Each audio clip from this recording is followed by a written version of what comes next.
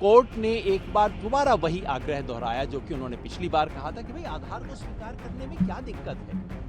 फिर यही तर्क दिया गया कि वो सिटीजनशिप का प्रूफ नहीं है, कि अगर राशन कार्ड में हेराफेरी हो सकती है तो भाई जो आवास प्रमाण पत्र जिसके आधार पे चुनाव आयोग देने को तैयार है, वो तो आपने सुना होगा परसों कुत्ते को इशू हो गया। बिहार में स्पेशल इंटेंसिव रिवीजन पर सुप्रीम कोर्ट की आज बहुत महत्वपूर्ण सुनवाई होनी थी।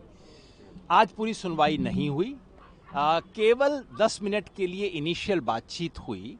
कोर्ट का ऐसा इंप्रेशन था, माननीय जज सूर्यकांत जी ने कहा कि मेरे ख्याल से तो चुनाव आयोग ने मान लिया है कि आधार को स्वीकार करेंगे। तो हमारे पक्ष के वकीलों ने कहा कि नहीं, वास्तव में चुनाव आयोग ने ऐसा नहीं किया है। चुनाव आयोग ने अपने काउंटर एफिडेविट में कहा है कि हमें ये स्वीकार नहीं है, और इसके ऊपर कुछ बातचीत हुई, और उसके बाद ये तर्क हुआ कि कौन से डॉक्यूमेंट स्वीकार किए जाएंगे, नहीं किए जाएंगे।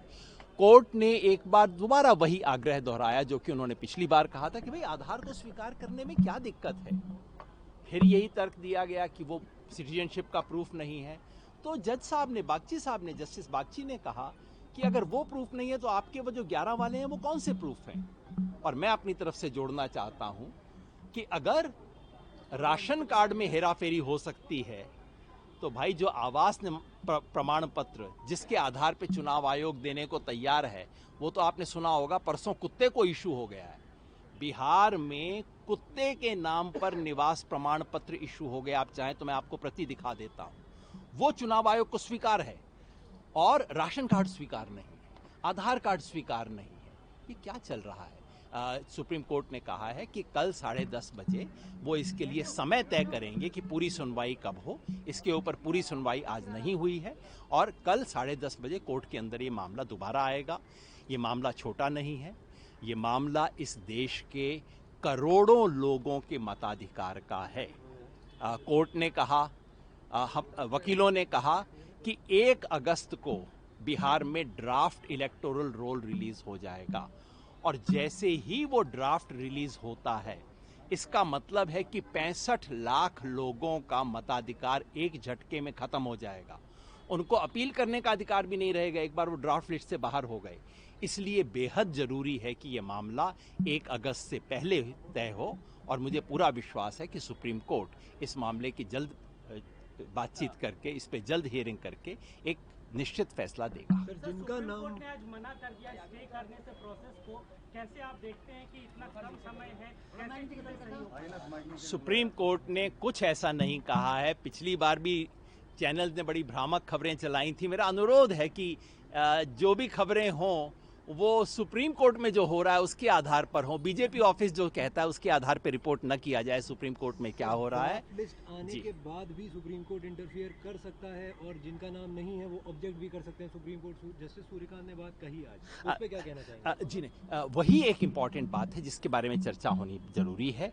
जिस व्यक्ति का नाम ड्राफ्ट इलेक्टोरल रोल से बाहर हो गया वो ऑब्जेक्ट भी नहीं कर सकता है। उसको हियरिंग का हक नहीं है, उसको ऑब्जेक्शन का हक नहीं है, उसको अपील का हक नहीं है।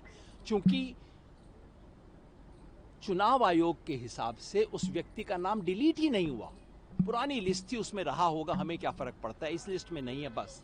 इसलिए बेहद जरूरी है कि 1 अगस्त से पहले इस बात पर कोर्ट गौर करे, इस पे चर्चा हो। आज गौर नहीं हुआ, ना तो कोई स्टे की चर्चा हुई, केवल उन्होंने कहा कि अभी तो हो जाने दीजिए। तो फिर जज वकीलों ने पॉइंट आउट किया कि इसके इतने खतरनाक इम्प्लीकेशन हैं, इस पर कोई ना तो फैसला हुआ है, ना ही इसके बारे में कोई निर्णायक चर्चा हुई है।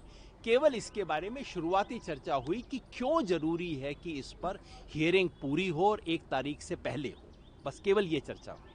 पिछली बार भी कोर्ट ने आदेश नहीं दिया था, सुझाव ही दिया था। इस बार भी 2 दस्तावेजों की बात की, उसमें केवल सुझाव ही दिया है।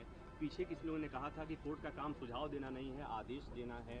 आप क्या कहेंगे? खैर, आज की चर्चा में तो ये कहना सही नहीं होगा कि कोर्ट का काम क्या है क्या नहीं है, क्योंकि आज एक पूरी चर्चा हुई नहीं है। जब चर्चा होगी मुझे विश्वास है कि अब कोर्ट केवल सुझाव नहीं देगा, कोर्ट कुछ निर्णायक बातें इनसे पूछेगा और इनको कहेगा, ऐसा मेरा विश्वास है। मैं आपको दिखाना चाह रहा था, ये है वो कुत्ते वाला सर्टिफिकेट। चुनाव आयोग कहता है कि भाई राशन कार्ड पे हम भरोसा नहीं कर सकते, क्योंकि राशन कार्ड तो में फर्जी बन जाते हैं। कहते हैं आधार कार्ड कुछ फर्जी बन रहे हैं, ऐसा कहते हैं। ये है इस महीने का, पुराना नहीं है, 24 जुलाई को बिहार में इशू किया हुआ मसौड़ी, जो कि पटना की बिल्कुल साथ ही सब डिवीज़न है। पटना जिले के मसौड़ी सब डिवीज़न में एक कुत्ते के नाम वहाँ का आवास प्रमाण पत्र हुआ है। तो नाम है डॉगी बाबा, पिताजी का नाम है कुत्ता बाबू, माता का नाम है कुतिया देवी, और इसमें कुत्ते की फोटो लगी हुई है, और उसको ऑथेंटिक सिग्नेचर के साथ आवास प्रमाण पत्र दे दिया गया है। मैं पूछना चाहता हूं, आपने कभी किसी कुत्ते के नाम राशन कार्ड सुना है? राशन कार्ड में तो कुत्ते का नाम नहीं होता, वो स्वीकार नहीं है, और ये आवास प्रमाण पत्र इनको स्वीकार है। कैसा मजाक हो रहा है इस देश के साथ ये। मुझे विश्वास है कि सुप्रीम कोर्ट इन सभी बातों का संज्ञान लेगा और इसके बारे में कोई एक निर्णायक फैसला होगा।